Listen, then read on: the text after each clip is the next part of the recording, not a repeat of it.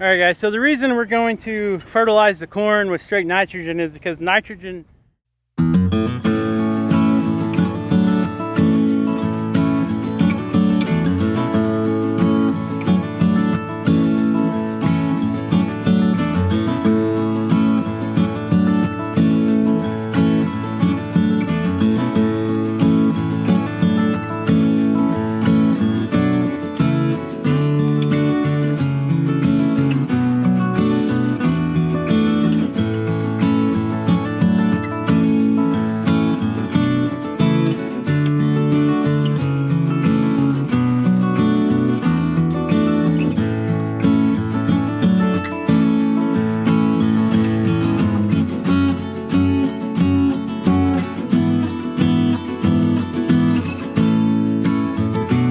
Hey guys, welcome to the vlog at Hidden Heights Farm. I'm Kevin and it's hot today. So just got off work, got a few projects I need to try to knock out before we have to take my son to his baseball game. It's been dry a couple days. We got to apply some fertilizer to the garden and try to get our little tiller in between the rows of corn. So we're going to try to do that in this video. But first I wanted to show you guys a little update on the garden. So I got some of my mulch and my landscape fabric down. The store here locally only had like 10 or 12 bags of mulch, and we needed some for my wife's flower bed as well. So we didn't get all the bags we needed to do this whole garden area, but we will get some more as soon as they get some in, and we'll try to get that knocked out. Another thing is, I got the goats. The black Spanish goats are fixing to start kidding here within a month, so we're going to go make sure that their water tank is hooked up to a automatic waterer or a float valve, so they keep fresh water in their water tank at all times. When they get this far along, it's important for them to have fresh, clean water, especially when they're in milk production. When they start having their kids, it's very important for them to keep a good diet and keep that fresh, clean water. So we'll go clean that stock tank out and get the hose hooked up for the automatic water with the float valve on it, so they never run out of fresh water. Of course, with all this rain, you know, we've been getting a lot of rain. The ponds are all full, but still want them to have the fresh, clean water instead of having to drink out of a pond. And plus, this is closer to the barn, so I think they'll like that a little more. So let's get some stuff knocked out. But first, let me show you this garden. Man, these things, look at these tomatoes. We've got little tomatoes on almost every plant. The green beans and the cucumbers are doing great. My strawberries that I transplanted, they're still not looking that great, but I'll show you what they look like. So here's the ones that we transplanted, and they're not looking real healthy, but they're staying green. So hopefully they pull through. There's a couple of red berries on there, but hopefully they pull through. And here's all the crowns you see me plant. These were just planted last weekend, and you can see they're already doing real well. As soon as I get a couple more inches taller, I'm going to put straw in this bed under every plant, under all the leaves, so the berries don't rot on the soil. And my pepper plants over there, they're doing excellent. I got a few little peppers popping on there. And our squash and zucchini bed, look at this. We should be picking some squash here pretty soon.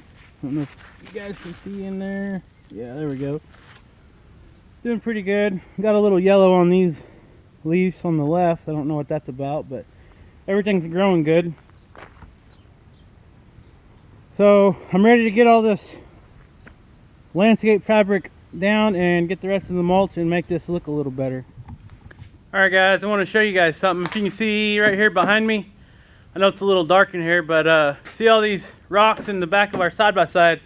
The kids this weekend, me and my wife Rachel was putting some mulch in her flower bed, and the kids wanted something to do, so we told them to start picking up rocks over by the flower bed, and they just about got this thing half full of rocks. So they kind of earned a little bit of their keep around here that day. Just wanted to share that. And now we're gonna go put that water hose on this stock tank so the goats keep fresh water every day. They don't have to make the journey with their big fat pregnant bellies out to the pond. And you know, when they start having their kids and such, they like to stay around the barn, or they'll find a place in these wooded areas where the trees are. And That way they don't have to travel so far with their babies back and forth, because the grass is starting to get pretty tall now. Look at this. They're not doing a very good job. Well, I say they're not doing a very good job. I don't have enough in here to keep all this big pasture ate down. So hopefully we will add some goats here pretty soon. I don't know if it'll be this summer or this fall, but they got tons of grass in here to be eaten on. But let's go get this water hose hooked up.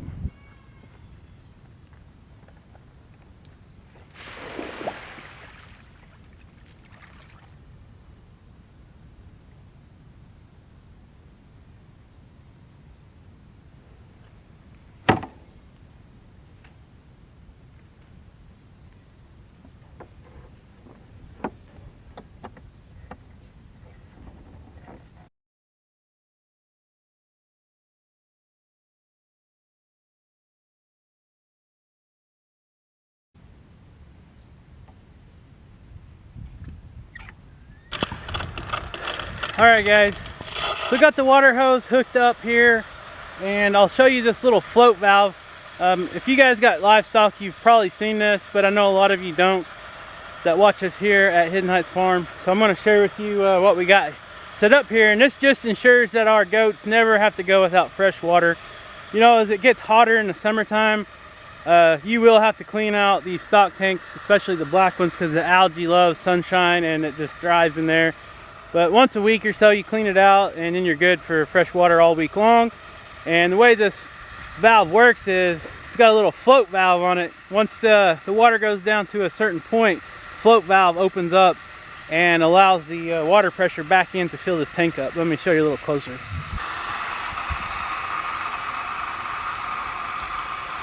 So that little red thing hanging down is the float valve, and once the water fills up to that float valve, it'll shut that off, and that way the water don't overflow and waste money on our water bill.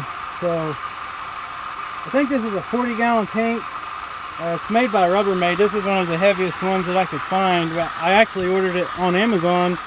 Even with the shipping, it was cheaper than buying it at my local co-op. And this right here is made by Little Giant, and I ordered this on Amazon as well. These come in really handy. They got these clamps on there. You can clamp them to just about anything. Hook your hose up and turn it on, and you just leave your water hooked up and on, and that float valve should do its job. So this float valve has been on here all year, which I had this little stock tank in the barn, but still it's been out in the temperature. So I'm gonna let it fill up and watch it before I just walk away, because if for some reason it malfunctioned, that would be a lot of money on our water bill that we don't need. So we'll let this run a little while and fill up, and we'll come back and check on it. So everybody keeps asking in the comments and such, sorry about the light, I'm in the shop. Everybody keeps asking about the baby quail. So I'm here in the shop at the brooder. Let's take a look on how they're doing. So you know, we originally hatched 8 and 1 died, and then the next day 1 more hatched, and they are all still alive. So we still have 8 baby quail. And they're doing a great job of eating and drinking. They're already growing a lot. Man, Dutch wasn't lying when he said these things grow fast. They really grow fast. So that's the update on the quail, and I will let you take a look at the baby turkeys and chickens that's still in the brooder in the shop. Alright guys, these little dudes are growing so fast. Got a turkey, a white turkey, another white turkey, chicken, and there's a baby black Spanish turkey right there. Little bitty guy still. He's not growing as fast as these white turkeys are. So Dutch is getting one of these white turkeys to butcher for Thanksgiving. So let's go feed the goats and the dogs, and we'll take a look at the bigger turkeys and baby chicks over in the rabbit hutch. Hey Daisy, you ready for dinner, girl? Huh? You ready for your dinner, girl? Huh? Your tail's going crazy. You ready to eat? Huh? Come on. There you go. What do you think, Skeeter? Let's feed these goats. Oh, it got dark there for a second. Alright guys. So I've been feeding these goats here for the last week some grain that has a medication for coccidiosis in it. And I've been keeping their grain out here in this barrel, which has been a big help.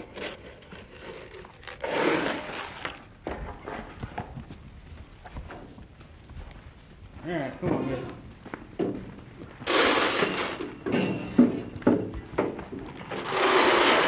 Pregnant mamas act like they're starving here.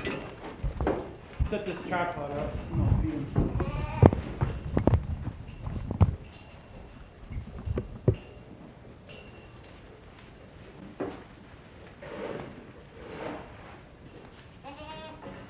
Yeah, you can't get in here because you guys are crowding everything.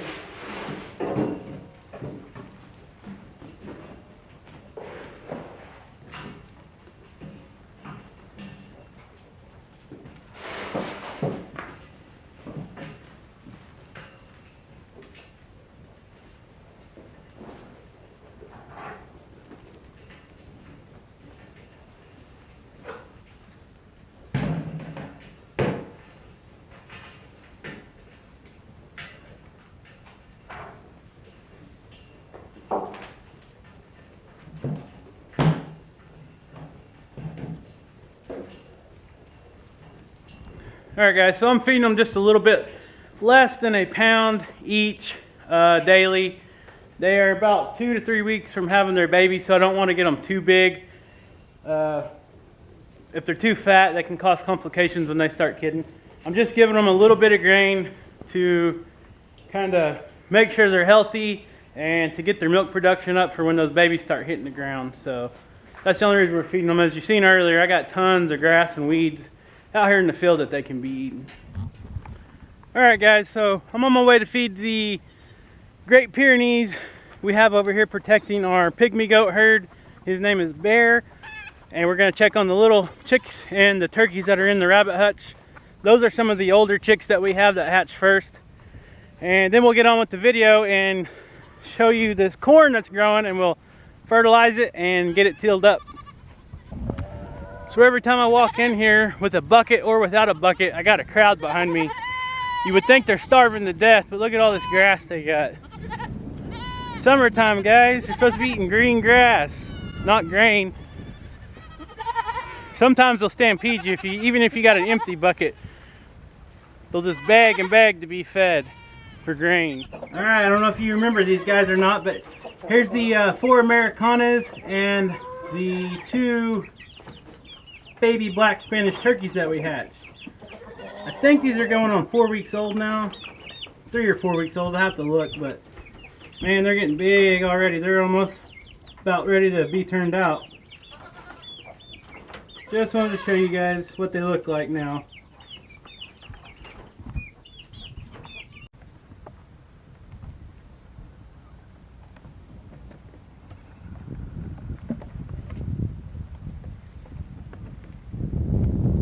Anybody else gonna get up there?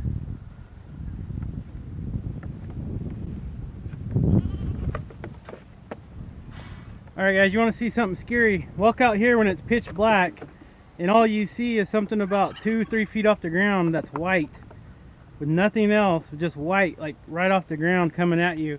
This goat right here will scare you to death in the dark. She's solid black except her face.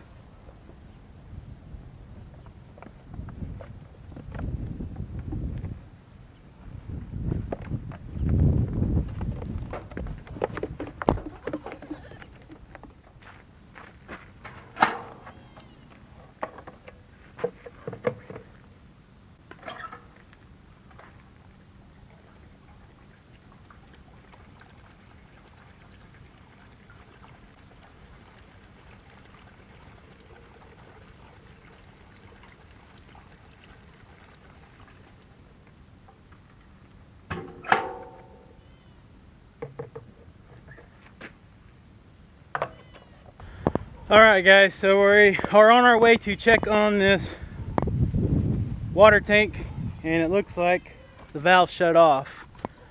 So you can usually hear it, it's kind of loud, but as you can see right here, it is no longer running and the water is on. So this little flapper right here, once it determines that there's no water in there, I'm pushing down on it now, pulling it down. It'll keep releasing water, but just a little float valve. It works really good. All right, so right here behind me is the little tiller we keep in our garden shed. It is a Troy built Bronco. I think it's about 24 inches wide. I can't remember, I measured it before I planted the corn. Oh, and before I show you guys the video of the corn, don't laugh at me, because these are probably the crookedest rows that I've ever done. You know, a straight row and a curved row is gonna grow the same type of corn. They don't care if it's straight or not, it just looks better. And no, I did not get time to string it out and make my rows straight, so before anybody starts saying anything about that. Anyways, this is my Troy built Bronco we use here for just the in-between row tilling, like on the corn rows and such. You can control the depth back here on the tines. I think I got it at its deepest because it don't really go that deep. But anyways, what we're gonna do is planted two different varieties of corn here in the garden. I'll show you guys a little closer here in a second, but got some ammonium sulfate, which is straight nitrogen. This is just a 2100 fertilizer, meaning 21 nitrogen. I know a lot of people use more nitrogen, but at the local store where I bought this, they didn't have any like 30 or 3400. They just had this 2100, so it's better than nothing. So it's what we're gonna go with. I'm just gonna kind of side dress around the base of the corn coming up and then till it in with this tiller. And in the meantime, as we're doing that, we're doing two things. We're fertilizing and we're aerating, and actually we're getting rid of the weeds. So three things, to be honest. Let me show you this corn before I get started. So there is some of the baby corn that's all germinated and coming up, and I think we got 9 rows. So I'm gonna get started on this. First I'm gonna side dress with this fertilizer to sprinkle it around every plant, and then we'll go back and till in every row.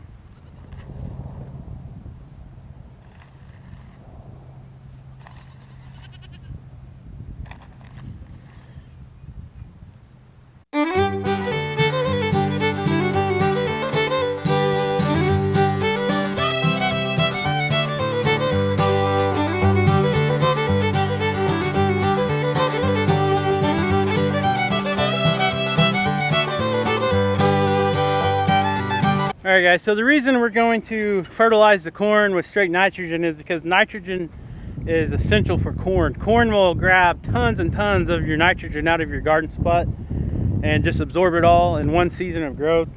So it's important to fertilize with extra additional nitrogen. And let me show you a little more about this tiller. So this is a Troy built Bronco. They have a Troy built Bronco Junior as well, I think, and I think a bigger one than this. But this one's really handy. It's self-propelled and it has reverse self-propel as well. But let me show you something as far as pushing it from here and there. You know, on a lot of these tillers, they lock up. The axles lock up until you take a pin out, and this one has a pin on each side of the axle per wheel. You just pull these pins out and then it freewheels. Let me show you. So basically I got it in freewheel now. What I need to do is line these two holes up, stick the pin back in there, and then it locks the gears in.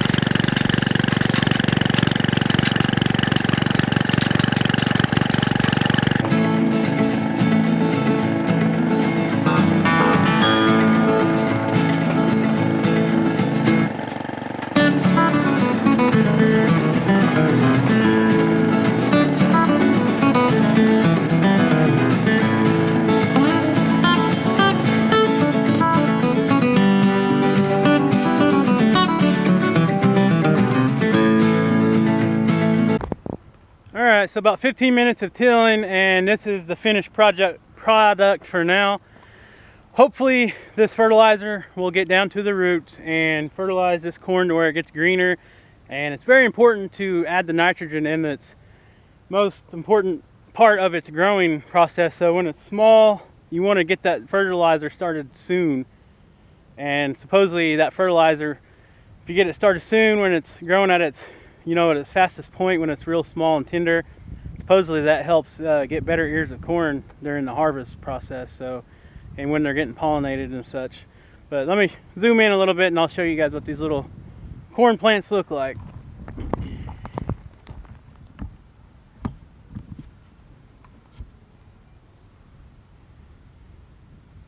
So hopefully this will be a little nice corn harvest for me and my family. We usually freeze a lot of the corn that we grow. It's just the first year in probably 7 years that we've actually tried to grow corn here, because all the other years we've tried to plant corn here at Hidden Heights Farm, the deer and such has just wiped us out, or the wind would come in up here on the hill and just blow the corn over, and we never got a good harvest. But we're going to go at it one more time this year and see if we can't beat the Mother Nature, I guess you could say, a little bit this year, and see if we can't get some corn in the freezer. Alright guys, thanks for watching this video. That's all I got for you guys today.